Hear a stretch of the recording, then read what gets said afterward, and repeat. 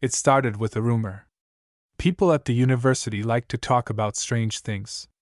Stories of ghosts in old lecture halls. Hidden tunnels beneath the library. But there was one rumor that didn't fade. It was the story of a library that only opened at midnight. Some said it was just a legend. Others said they had seen it, a small building behind the main campus with no name and no sign. During the day, it looked empty. But if you passed by at midnight, the door would be open, and the light inside would glow like candle flame. No one knew what kind of library it was. Some said it was full of books that didn't exist anywhere else. Some said it only appeared to people who needed it most. To most students, it was just another story. But not to Sora. Sora was in her 3rd year of university, studying literature. She was the kind of person who always looked for meaning in small things. In the shape of clouds, in a line of poetry, in the way people paused before they spoke. And recently, she had been feeling lost. Her classes were fine. Her grades were fine. Her life was fine, and yet she felt something was missing. Every night she lay awake, scrolling through her phone, watching other people's lives move forward. Internships. Graduation posts. Engagement photos. Everyone seemed to know where they were going. Everyone but her. So when she overheard 2 students whispering about the midnight library, something inside her stirred. A library that only opened when the world was asleep? It sounded impossible. But it also sounded like a place where lost things might be found. That night, she couldn't stop thinking about it. The next day, Sora asked around. Most people laughed. "Oh, that old story?" said her roommate. "I heard it's somewhere near the old botanical garden.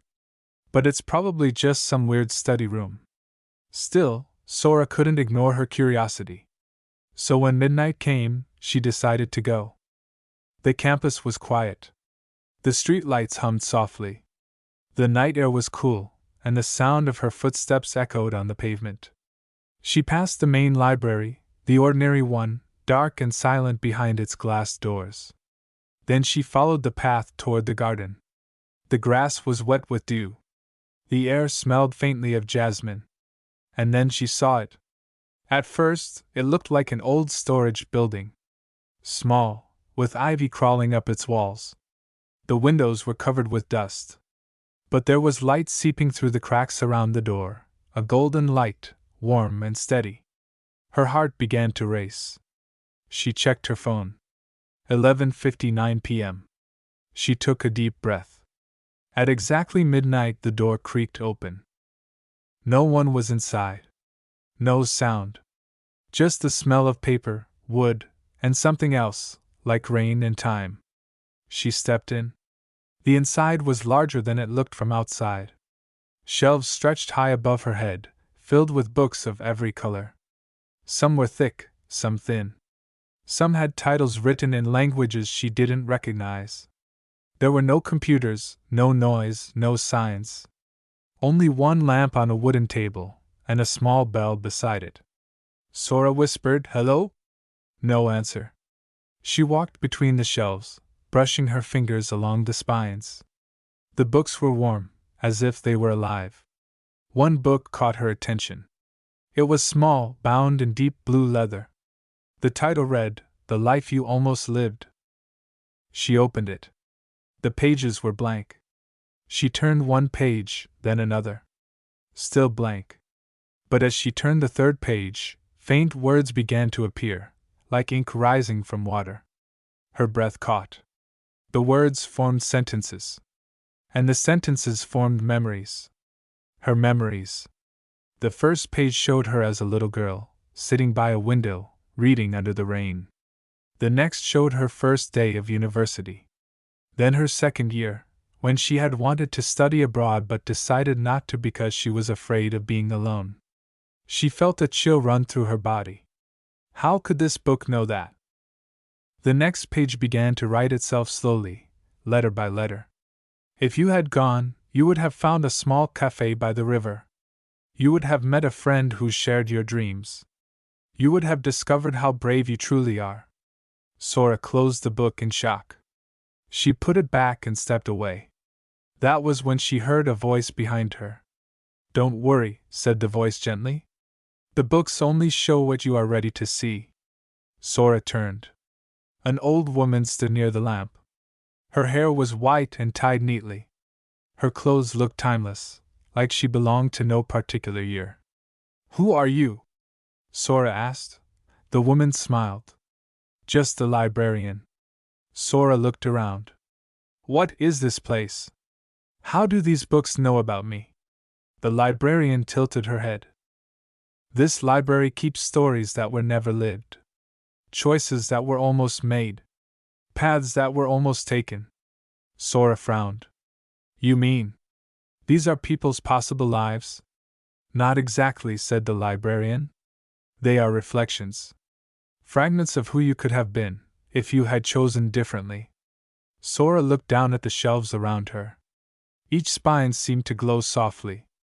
"And it only opens at midnight?" she asked. "Yes," the librarian said. "Because midnight is the hour of quiet. The world stops shouting. And for a moment, people can hear themselves think." Sora was silent. The words felt heavy, but true. "Why does it appear to some people and not others?" she asked. The librarian smiled faintly. "Because not everyone is ready to see themselves clearly."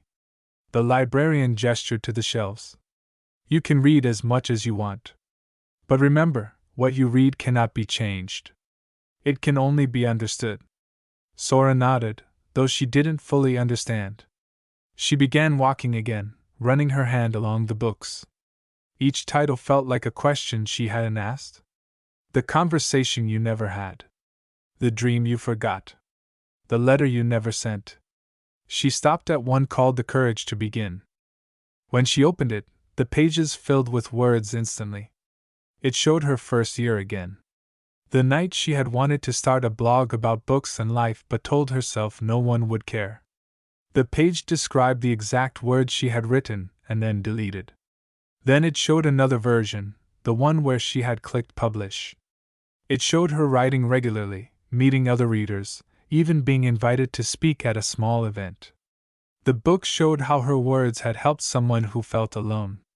Tears welled up in her eyes. She closed the book, hugging it to her chest. The librarian watched quietly. "Sometimes," she said softly, "the smallest courage could have changed everything." Sora looked up. "Why are you showing me this? To make me regret?" The librarian shook her head. "No. To remind you that it's never too late to begin." When the clock struck 1, the lights began to dim. "The library closes at 1, the librarian said. "But you can return, if you truly want to." Sora stepped outside. The night air hit her face. The door closed behind her, and when she turned around, the light inside was gone. The next day felt strange. Classes went on as usual. People laughed, studied, and drank coffee.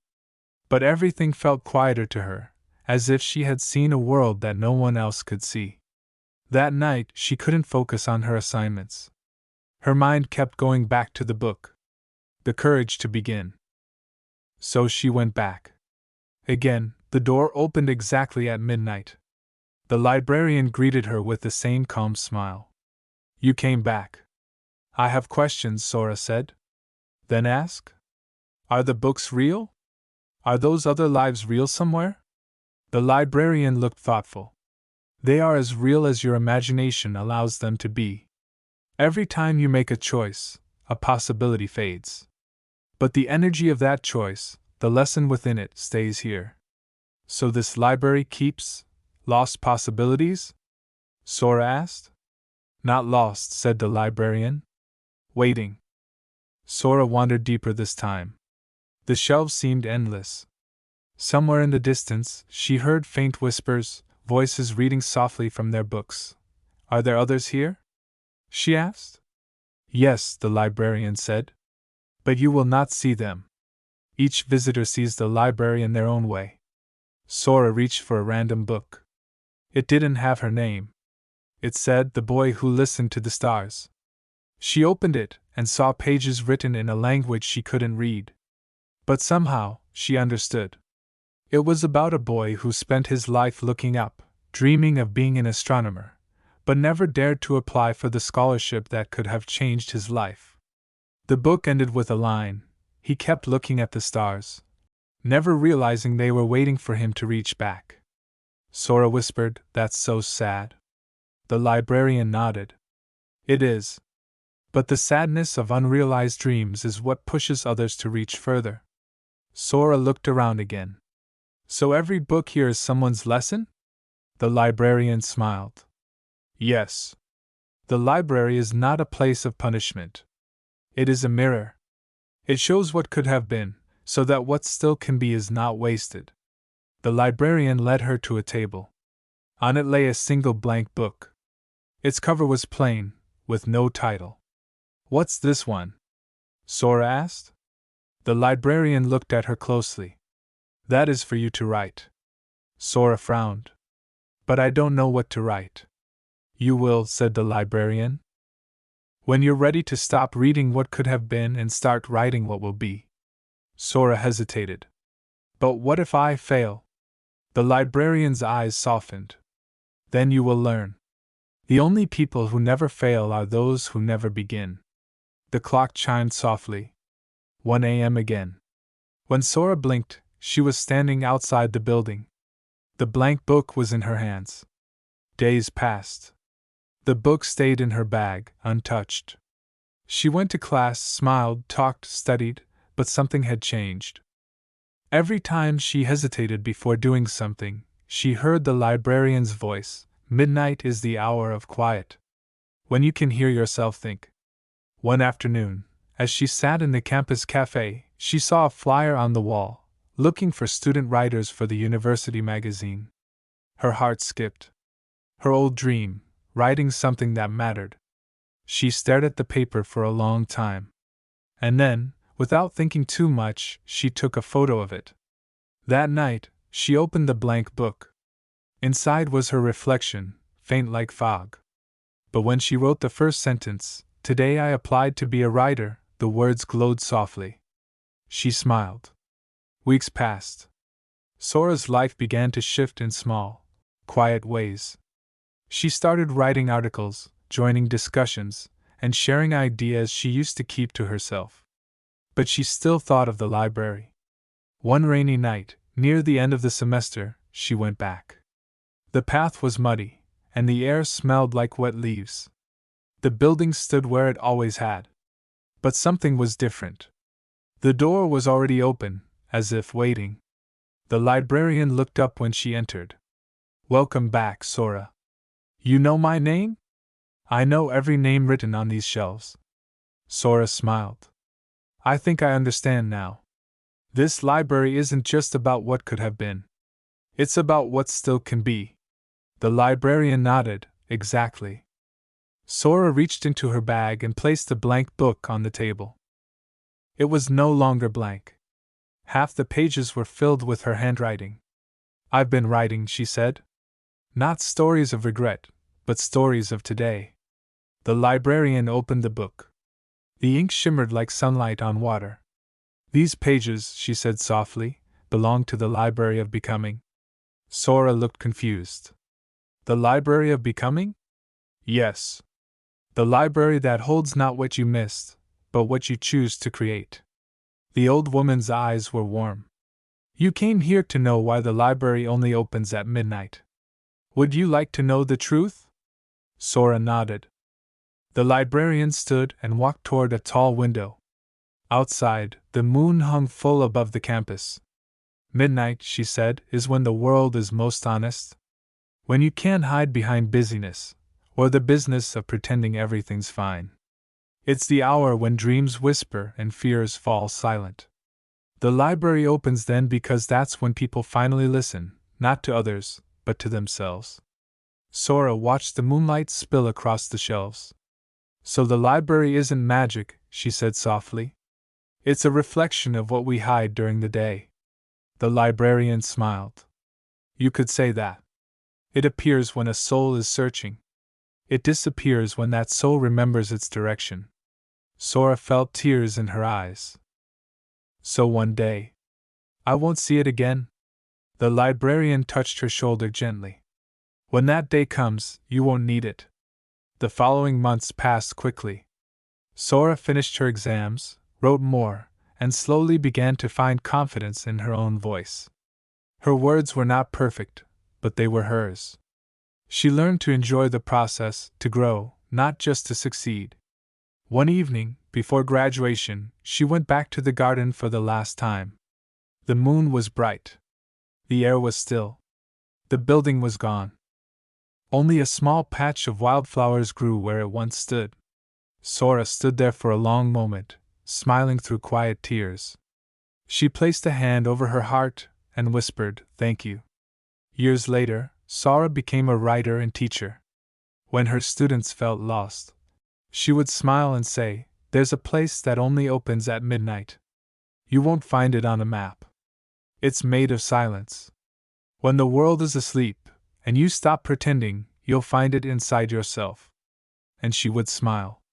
Because she knew that somewhere, at midnight, another lost soul was finding their way through the same quiet door. The library that only opens at midnight isn't a real place. It is a moment, a pause, when we stop and look inward. It reminds us that it's never too late to begin again.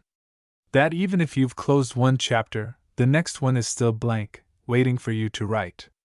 Sometimes, the answers you've been searching for don't appear in the daylight. They wait in the quiet hours, when you finally choose to listen. Thank you for spending this time with me. If you liked the story, kindly like, subscribe, comment, and share. Keep going, be kind to yourself, and see you again on Stories by the Window.